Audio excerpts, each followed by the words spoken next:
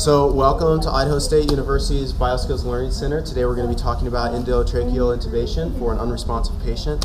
So the first thing as we would step into the scene is we would have somebody providing air to this unresponsive patient. So if you want to go ahead and simulate bagging.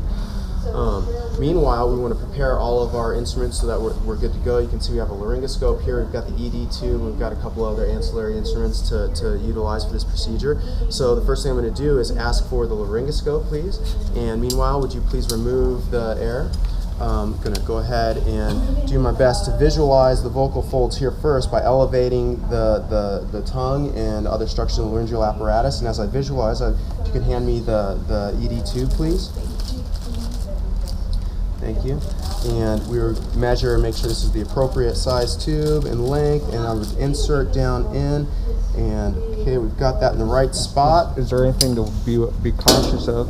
As you're going down, you want to visualize the vocal folds, like I say. Insert down into the appropriate length. We're going to inflate the bubble at the end of this tube with about 6 cc's of air to block that, and we'll our little bubble here will indicate that the bubble down in the airway is inflated as well. At that point, we're going to go ahead and reattach our bag valve mask.